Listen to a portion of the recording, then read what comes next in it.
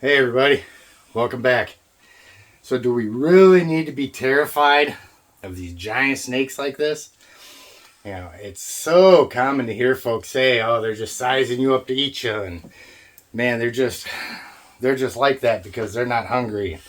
You know, what are you going to do when they choke you out? Well, it's a lot of misconceptions. And I think a lot of people confuse having fear for these animals with the natural respect that we've got to have when we work with them.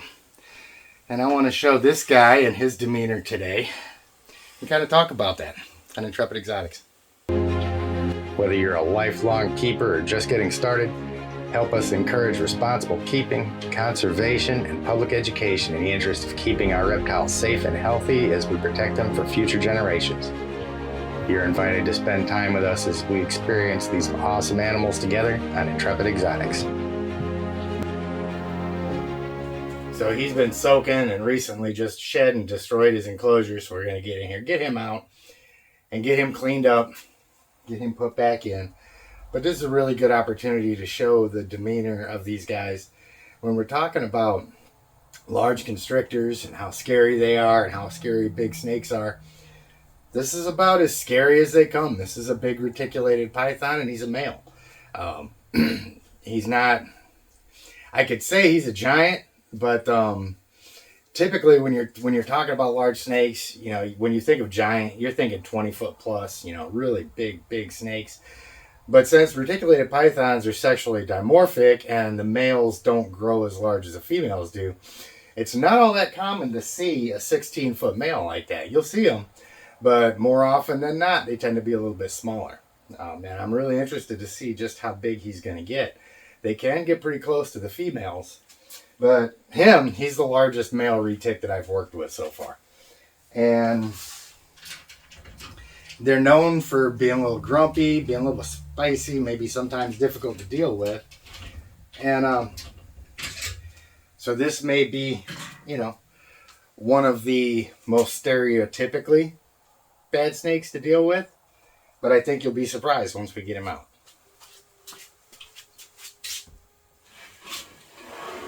Oh, buddy. Time to clean house. And I know he's ready to eat, too. Because, like I said, he just shed.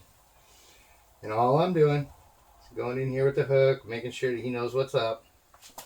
Hey, buddy. You want to come see me? And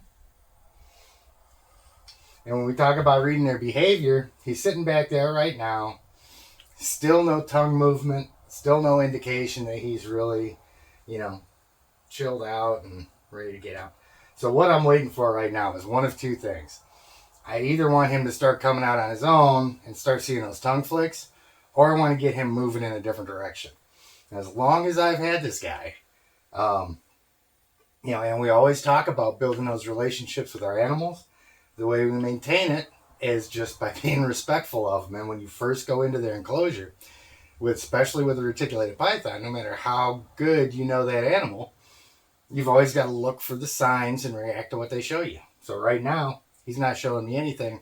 So I've got to keep doing things to get his state of mind changed over.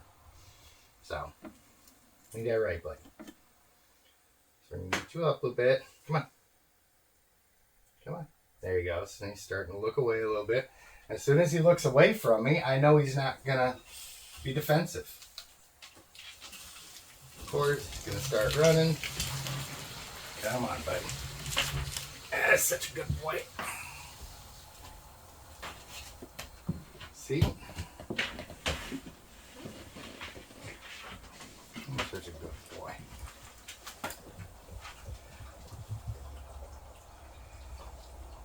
And I don't know if you can see it in the camera or not. The scales, he's got a lot of his scales folded up. That's because he'll get in there and he'll curl up in his water, and it's such a tight spot, and he'll still curl up there and he'll stay there for a long time. It doesn't look like he's got any stuck shed on him, so it looks like he got it all off, which is good. Come on, buddy.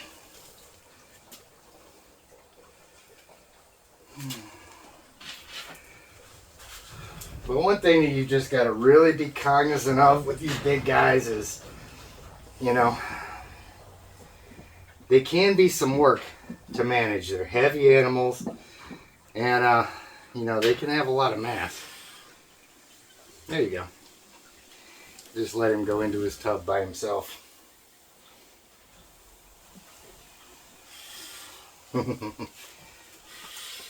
Yeah, he'd held off on eating for a while because he was going into shed.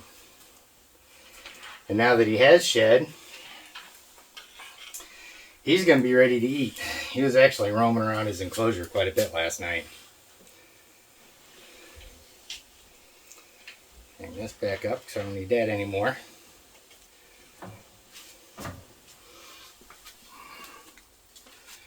Hey, bud.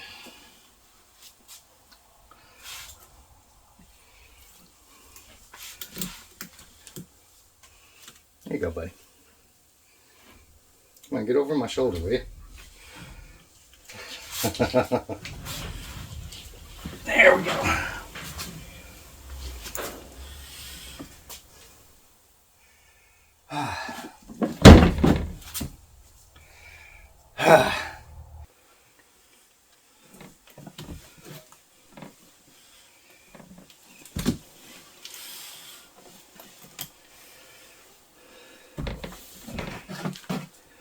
All right, bud. Let me clean your house.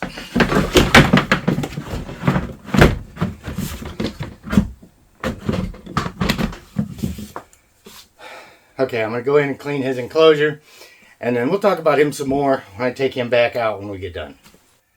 All right, so he's got a clean house now. Got the camera angled down a little bit just because I want you guys to be able to see the interaction and everything while he's in the tub.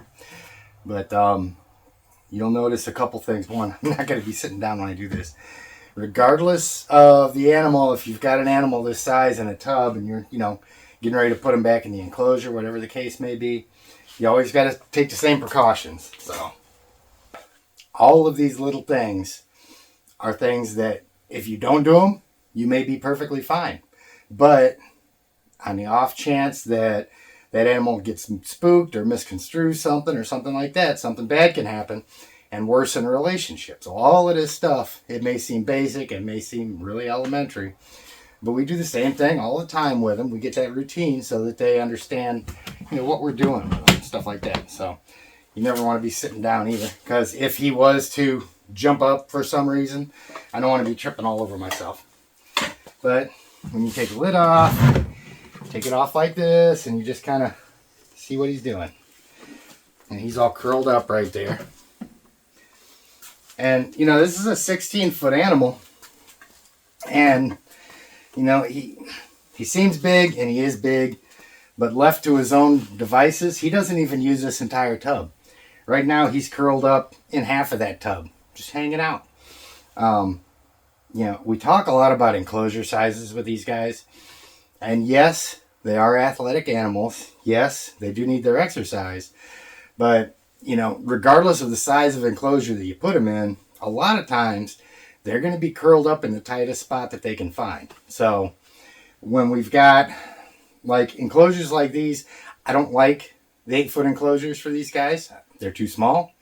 And we've got some things in the works. Hopefully everything works out right by springtime of next year at the latest. I don't want to really move during the winter time when it's cold outside and all that.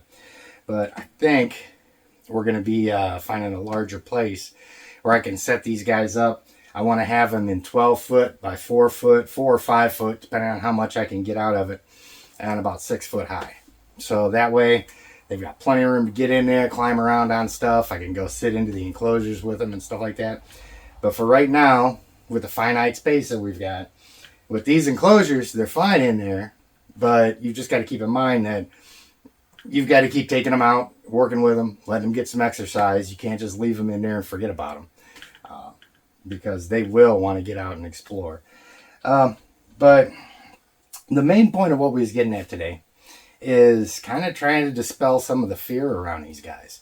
Anytime you see outside of a reptile group or you post something about a snake, you always get the, you're just lucky they're not hungry, he's going to eat you, you know, all that kind of stuff. And that's the stuff that we work to counter. with the videos that we put out. Come on, bud. Work with me here. Don't tie yourself in a knot. And it's one thing you got to be careful of too when you're handling your larger snakes, is that you've got to pay attention to how their body's positioned, because if they're kinked up and you start tugging on them, you're going to hurt them. You know, even as strong as they are, you can still do damage to them because they're still just one big long spine. So you do got to kind of be careful with that. But, man, it's warm down here and he's a lot of work. Hey, bud, you doing okay? But you can see I handle him much the same way I do any of my other snakes. Something, you know, especially when we're talking about giant snakes, the worst ones that come to mind are the Indian rock pythons. They're known for being really not liking people, really grumpy. You know, giant anacondas. You know, you hear all the stories of them eating kids in the Amazon and stuff like that. And that does happen because a very large snake can eat a small person. This snake right here is not going to eat me. He's not quite big enough to physically to make that happen. But if he was afraid of people, he would really be a handful. He would be really difficult to work with. You know, like I said, that's why we pay attention to the little things when we're working with these guys. All the little details that show respect for the animal and lets them know that we're not a threat and they don't have to be afraid of us and they don't have to defend themselves from us. You know, once this guy is out, you've seen him being, you know, a little grumpy in his enclosure, not really wanting to interact and so forth. But once he gets out, I'm not the least bit worried about him biting me. Not in the least. Because I've been working with him since he was about 12 feet long. And when he was 12 feet long, he really hated people. He was really afraid of us. He hadn't been treated all that well. And now, God, it's just so arduous to try and work with this guy. Because handling him, you know, you see how we handle the smaller snakes. You know, you don't restrain them. You just kind of let them go where they want to. Well, with these bigger guys, it takes a little bit more effort to do that. But, you know, essentially, I guess the thing that I wanted to really express in this video is for the folks that, come on, dude. He really wants to get over and check out those other enclosures. So you guys can sit here and get a laugh watching me wrestling this big boy around. But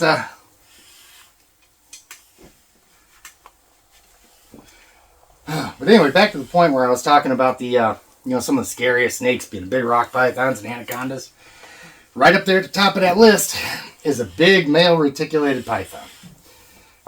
These guys, they're known for being fighty around breeding time. They're known for being, yeah, a little bit territorial and a little edgier than the females. But even still, you know, this being the biggest male reticulated python that I've ever worked with, I mean, you see his demeanor. He wants to get out, he wants to run around, wants to explore. He's not the least bit concerned about me. I can have, you know, my hand in his face. He's not head shy at all. He just wants to go where he wants to go. So,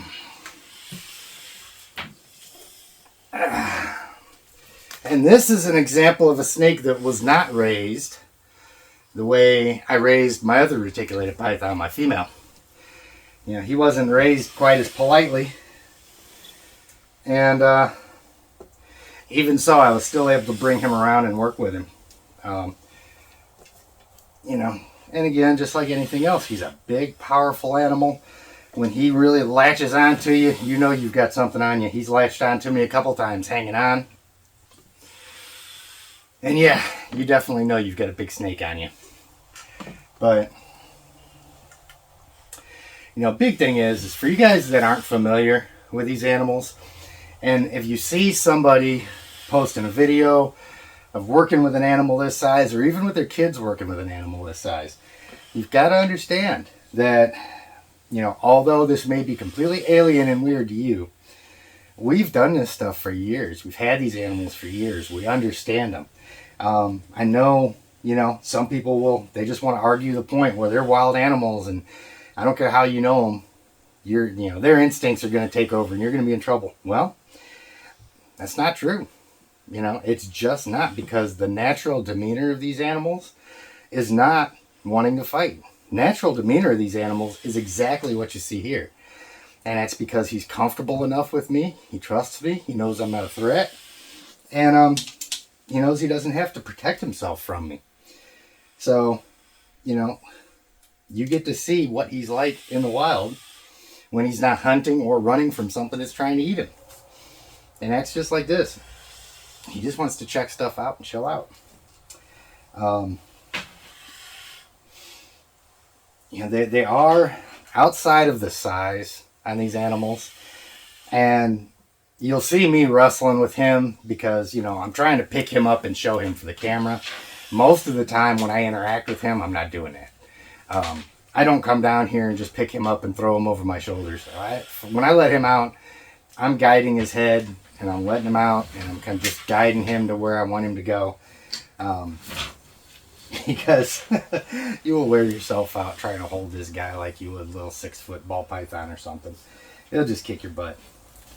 But they really aren't anything to be afraid of. Especially if you've got the animal, you've worked with it for years, you understand their body language, which is something that's really weird for some folks, because they're like, how can a snake have body language? They can't have facial expressions. They've got no arms. Well, it's not obvious. It's not as obvious as it is with people. You know, you're not going to see their tail wag like you would on a dog. But what you will see is the way they hold their eyes, the way they hold their tongue, the way they hold their neck. All of these things are how they communicate to us what their frame of mind is. And all you've got to do is spend time with them and learn how to read those different signs. And those are how you determine how you work with them. Just like when I was getting him out. You know, like you said, I trust him. He's an awesome animal, but he's a reticulated python. So when I'm in his enclosure, when I'm first getting him out, I need to first get us on the same sheet of music. And if he's not reacting, if he's not giving me any clues, then I need to do something safely to get him to show me something. I need to know, are you angry? Are you afraid? Are you just wanting to be left alone? Are you inquisitive? Do you want to get out? They'll tell you all these things. You just got to know how to go about getting it out of them and knowing how to read it. Now, like I said, if you're not used to working with these animals, all this stuff is all going to be Greek to you, and it's going to be like, dude, you're crazy. Well, everything's crazy until you start learning about it. And, you know, this is another thing that we do with our educational programs. We're doing one this coming Friday. You know, we're going to have animals this size out there, letting people come out and interact with them, showing them in person how easy it is to work with these guys. So, I guess I won't sit here and bump my gums too much longer. He's just kind of wanting to chill out in the box right now. But we're going to let him go home. Come on, buddy. Does I mean he's got this whole room to do with, and when he realizes I'm not going to let him get out there and rip all the enclosures down, he's just like, okay, well, I'm going to hang out in the box. Stay right, bud. You're such a good boy. Such a good boy. Come on, bud. Come on. Quit being crazy. Come on.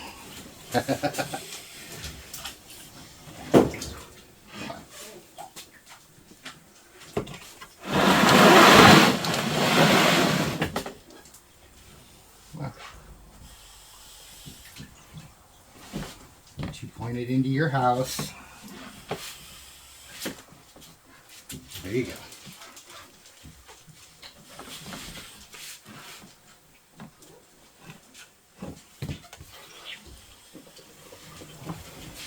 Alright, in you go.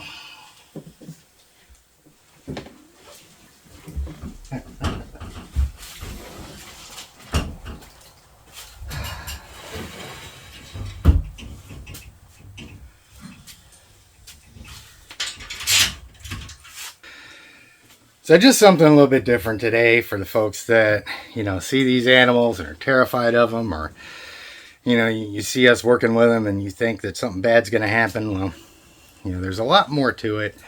And if you've never worked with these animals before, before you really go off and start telling people they're crazy and stupid and so forth, take some time to learn about them. Because once you do, it's amazing how much more there is to these animals that you don't see before you start working with them. Like I said, there's a lot of little subtle things and a lot of things that we do that makes the whole interaction really well, makes these animals awesome to work with. And if you want to see more about reticulated pythons, I've got a series that I'm going to link in the end screen right here. A whole series on these animals, from where they come from to feeding, enclosures and all that stuff. And we've also got a really cool series on our Sri Lankan python. This was a new animal that we had gotten. It was really, really spicy. And we recorded every handling session it took 10 sessions before I could get him out without getting struck at and musked and all that stuff, and socializing and getting that animal comfortable. So it's a couple really good insights into the animals that we've got. And I'm going to turn this around for a second because Niles keeps making noise. What are you doing, bud? Let's see what else Niles has got going on. Maybe we can get him out. What are you doing, bud? He was out running around on the floor a minute ago. But he does love his tub. So he ended up running back in there. What you doing, buddy? You want to come see me? Come on. You want to come see me? Or you just want to sit in there? See? And it's the same thing with the monitor lizards. You're looking for that big long tongue flick there. Shows that, he's more curious and relaxed. And maybe it looks like he almost wants to come out and see us. Come on, bud. You might as well just come right on out. Come on out and say hello. He's getting ready to eat pretty soon too, so I'm sure that's part of his motivation for being so gregarious. Come on, bud. Come on. Come on. Come see me. Come on, come on.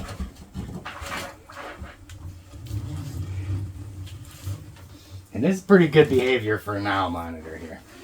You'll see some of them that are just puppy dogs, but come on, bud. Come on. Of course, as cool as he looks right now, I'm fairly certain.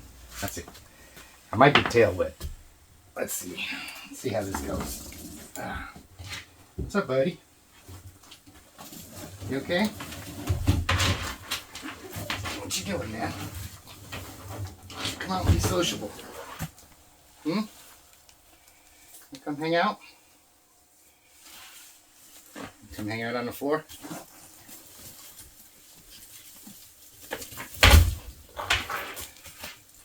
Not at all, huh? He's bound and determined to get back into that tub. What are you doing? It's okay.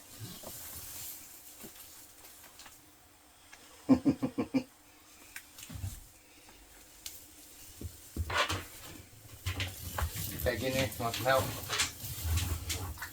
Got a good tail on that boy. Jeez. It's a monster.